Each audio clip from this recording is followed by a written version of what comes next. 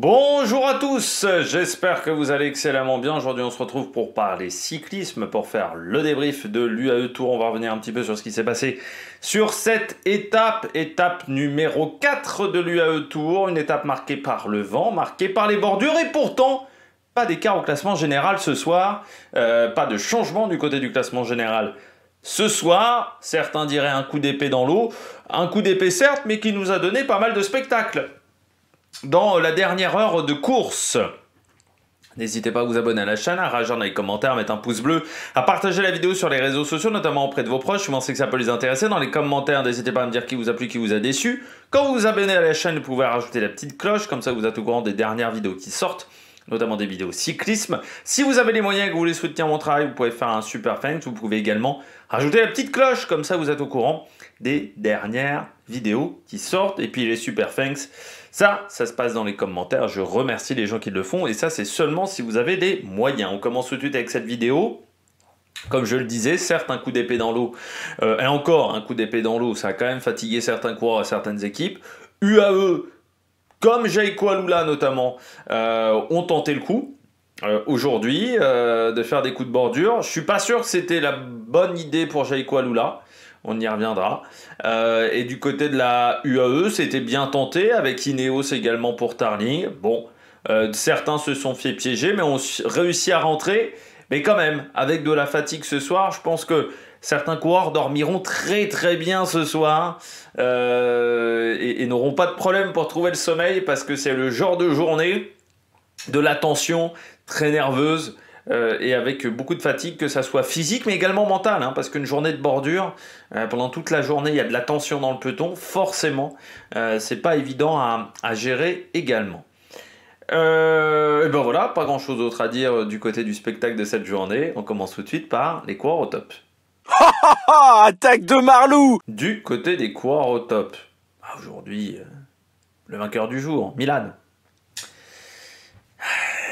Est-ce que c'est pas devenu le meilleur sprinter du monde, Milan? C'est quand même une question qu'on peut se poser. Il faisait partie des meilleurs sprinters du monde jusqu'à maintenant, avec Merlier, mais avec d'autres. Est-ce qu'il n'est pas devenu le numéro 1 unique? Je pense qu'il a encore franchi un palier que les autres ont beaucoup plus de mal à franchir, parce que l'âge avance. Milan est encore jeune. Je pense qu'il a encore franchi un cap cette année. Déjà dans sa capacité monstrueuse de passer les bosses, mais aussi dans sa capacité à faire des sprints longs. C'était déjà un coureur qui était capable de faire des sprints longs, mais aujourd'hui tenir 250 mètres vent de face et battre Merlier vent de face, c'est pas anodin. Hein, parce qu'il bat pas n'importe qui quand même, il bat Merlier. Hein. Merlier vent de face, pour le battre, faut y aller quand même. Hein. Non, il a été très costaud, très costaud, Jonathan Milan. Encore un sprint de mammouth. Hein. Lui, il doit broyer des vélos. Lui et Vibes, chez les filles, vraiment, ce sont des broyeurs de vélos. Mais vraiment, parce qu'il les fracasse. Faut pas récupérer... vous savez qu'en fin de saison, parfois, vous pouvez acheter des vélos. C'est une pièce de collection certes, mais c'est pas pour pratiquer. Hein. Si vous récupérez le vélo de Milan, parce qu'il y a la roue qui doit être par là, et puis la roue arrière doit être de l'autre côté. Quoi. Il doit y avoir ça d'écart. Ça doit être fracassé. C'est la puissance qu'il arrive à mettre, c'est impressionnant. Hein. Mais il a encore progressé, Milan. C'est ça qui fait la différence avec Merlier. Merlier, il a 32 ou 33. Milan, il a 25, je crois. Même moins, peut-être, Jonathan Milan. Donc, il est encore dans une phase de progression. C'est plus compliqué pour Merlier d'être encore dans une phase de progression. Mais battre Merlier presque à son propre jeu, c'est-à-dire des sprints de costaud vent de face, celle-là doit faire mal quand même. Hein. Alors même si ça joue à pas grand-chose, elle fait un peu mal. Et Milan, très costaud. Parce que moi, quand je l'ai vu partir à 250, je me suis dit « Oh, c'est trop tôt !» C'est trop tôt. Et bah non, c'était pas trop tôt. C'était pile suffisant. Fallait pas 10 mètres de plus. Mais c'était pile suffisant pour Jonathan Milan. Et oui, c'est la question qu'on peut se poser. Est-ce que c'est pas devenu le numéro 1? De toute façon, j'ai envie de dire, chaque époque, il y a un sprinter dominant. À chaque époque. On a eu la période Cipollini, notamment, qui était le sprinter numéro 1 du peloton. On a eu la période Petacchi, hein, où il y avait Petacchi Boonen, certains pourraient dire, mais Petaki, sur les sprints purs, avait une petite marge sur Boonen. Il y a eu cette période-là. Il y a eu ensuite la période Cavendish. Il y a eu la période Kittel aussi, hein, où à une époque il était vraiment difficile à battre. Il y a toujours un mec qui arrive à être au-dessus du lot. Et là, il y a eu la période Philipsen, où il était au-dessus. C'est un peu moins le cas aujourd'hui. Mais là, je crois que Milan, quand il est au départ d'une course, t'es pas sûr de gagner quoi derrière. Hein. Philipsen se plaint de Pogačar. Je pense que Pogačar, ça va être le cadet de ses soucis dans quelques semaines peut-être. Ça va plutôt être Milan, parce que là, j'ai l'impression que Milan, au départ d'une course, t'es pas assuré d'avoir la victoire à la fin, quoi. C'est-à-dire que Milan, ça va même être moins intéressant pour les bookmakers de viser Milan, parce que là, ça va leur rapporter moins d'argent. Mais oui, il est au-dessus pour le moment. Il est au-dessus, il est plus efficace que les autres sur ses sprints. Et là, encore une fois, dans un exercice qui plaît très bien à Merlier. C'est un exercice où ce genre de sprint, normalement, il est dur à battre quand même, Merlier. Donc là, réussir à le chercher sur son terrain, c'est pas anodin. C'est pas anodin et il a encore progressé. Dans la manière de faire. Donc non, bravo Jonathan Milan, c'est déjà sa deuxième victoire cette semaine. Il y a encore 2 sprints. Hein. Est-ce qu'il arrivera à en gagner 4 ? Mais non, il peut être satisfait de cette semaine déjà. Sa semaine est déjà réussie à Jonathan Milan. Voilà, on peut déjà le dire. Mais ouais, impressionnant sur le sprint. Impressionnant sa capacité à accélérer là. Vraiment, moi, c'est solide. Deuxième coureur top, Merlier. C'est quand même pas catastrophique, Merlier. Deuxième. Mais surtout, regardez où il est positionné à 1 km de l'arrivée. Il est complètement dans la boule. Parce qu'il faut rappeler un petit peu comment ça se sont passés les 20 derniers kilomètres. Alors, à 23 bornes de l'arrivée, tu as une chute avec Rupio. Ensuite, tu as un coup de bordure. Ça, c'était vers 13-14 km de l'arrivée. Les mecs reviennent qu'à 3 km, 2 km 5 de l'arrivée. Donc, ce qui fait qu'ils reviennent tardivement. Et le problème, c'est que Merlier, les Quick-Step ont passé des gros relais pour tenter de créer la bordure et de créer la cassure et de maintenir l'écart. Donc il se retrouve à avoir plus de main d'œuvre. Et à 1 km de l'arrivée, il est dans la boule, c'est-à-dire qu'il est 25e. En 1 km, il arrive à passer de 25e à 2e de l'étape. La science du placement qu'a Merlier est quand même assez dingue. Lui, il sait faire dans un sprint. Hein. Il sait regarder à droite à gauche. Hein. Contrairement à certains hier du côté de l'Algarve. Lui, il sait se positionner parfaitement. Et là, il a été très solide. Il a été très solide parce que il faut tenir la cadence et il faut réussir à sauter d'une roue à une autre. Et aussi, la seule erreur qu'il fait, Merlier, c'est qu'il bouffe un peu de vent à 400 mètres. Aux alentours de 400 mètres de l'arrivée, il mange un peu de vent parce qu'il est un peu décalé par rapport à Philipsen. C'est Philipsen qui a pris la roue de Milan et il est un peu décalé par rapport à Philipsen. Pour moi, c'est la seule erreur. Mais qui est une erreur parce que, encore une fois, il est très mal placé au kilomètre, mais il est très mal placé parce qu'il est seul. Et il lui a manqué un peu de monde à Merlier. Mais ensuite, le travail qu'il arrive à faire seul et à se positionner, c'est incroyable. Enfin, c'est vraiment un talent de ce côté-là. Là, il est très fort. Il finit deuxième à pas grand-chose de Milan. Mais à 1 km de l'arrivée, je pense qu'il doit faire le dernier kilomètre 5-6 secondes peut-être plus vite que Milan.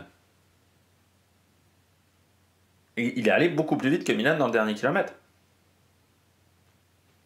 Donc à l'instant, dans le final, dans l'emballage, ça lui a coûté cher. Mais la manière dont il a réussi à se placer aujourd'hui, très solide, Merlier. Très très solide. Seul, impressionnant encore. Alors il se fait battre sur du vent de face, mais encore une fois, c'est les 400, c'est à 400 mètres de l'arrivée que ça joue. Là où il va manger un peu de vent, il ne peut pas se recaler dans la boule. Ça lui coûte un peu cher. Et Milan a réussi surtout à tenir 250 mètres de sprint. S'il avait craqué, c'était Merlier qui gagnait aujourd'hui. Mais non, très très solide. Bravo, Team Merlier, aujourd'hui. Je termine avec un dernier coureur, la Visma Leasebike. J'avais dit hier du côté de la Visma, la fin de semaine risque d'être compliquée, risque d'être un petit peu tristoun. Voilà, c'est ce que j'avais dit. J'avais dit, bon, il n'y a plus grand monde pour le général. Hein. Bart Lehman a perdu beaucoup de temps. Thomas Glog, il a même abandonné ce matin. Donc c'est vrai, je disais, du côté de la Visma, ça risque d'être un petit peu compliqué. Et je pensais pas très clairement que Maclay arrivera à faire aussi bien sur un sprint. Déjà parce que ces dernières années, Maclay avait souvent tendance à être poisson pilote, plus que sprinter numéro 1.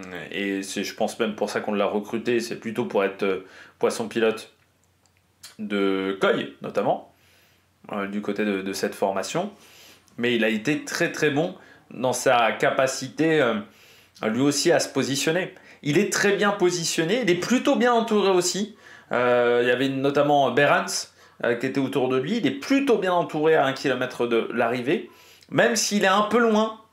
Hein, vous regardez, les maillots de la Visma sont un peu loin, mais il a réussi à remonter, lui, par l'intérieur de la boule. Alors c'est assez rare, hein, il n'est pas du tout passé par les extérieurs, il est vraiment passé par le centre, mais il a réussi à se frayer un chemin, à se faufiler, et ça fait un top 5 aujourd'hui.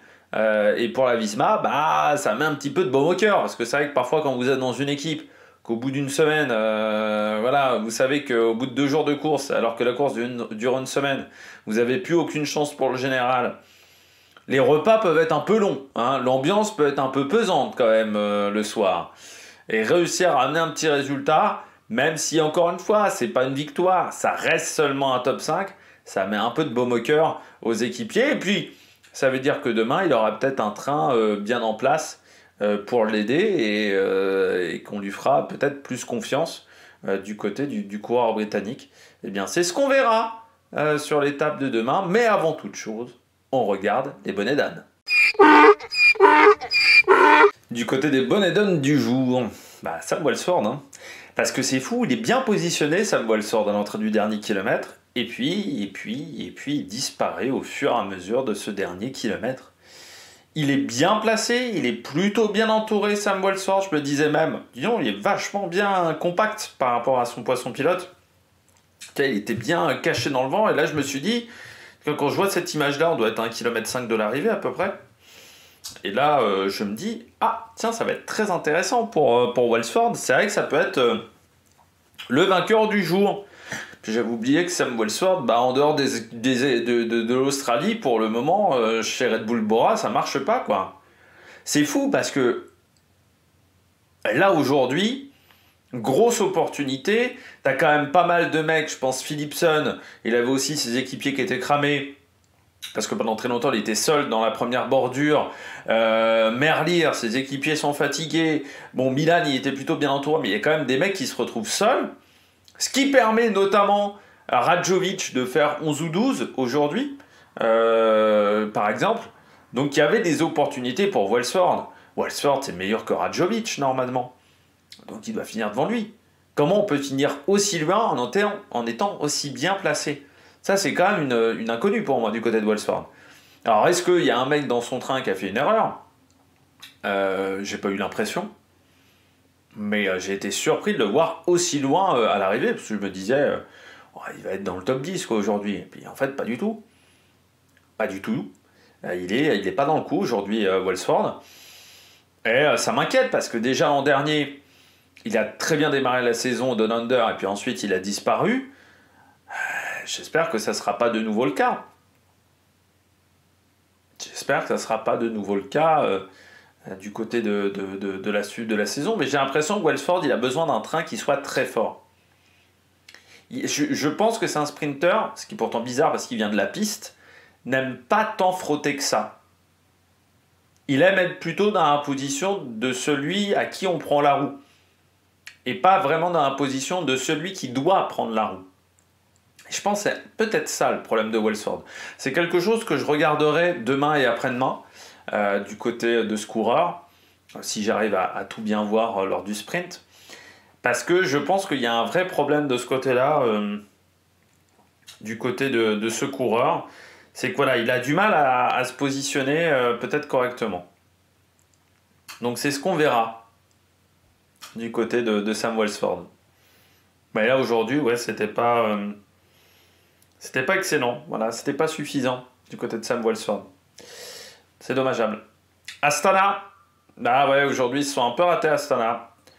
C'est fou parce que Aaron Gate, notamment je l'ai vu hier, Aaron Gate très bien dans la montée. On l'avait vu également dans l'arrivée en boss, Aaron Gate. Je m'étais dit, ah bah tiens, c'est lui qui va être le leader du sprint.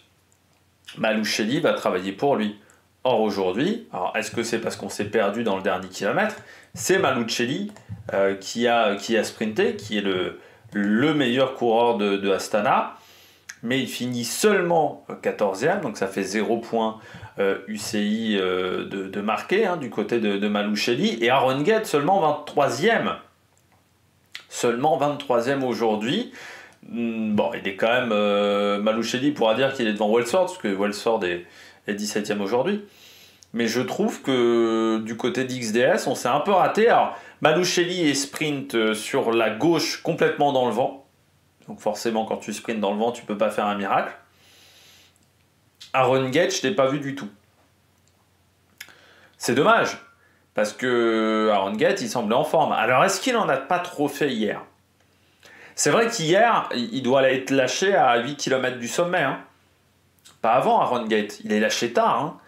Donc, est-ce qu'il n'en a pas trop mis sur l'étape d'hier par rapport à d'autres sprinteurs qui, eux, ont décidé de se relever tout de suite?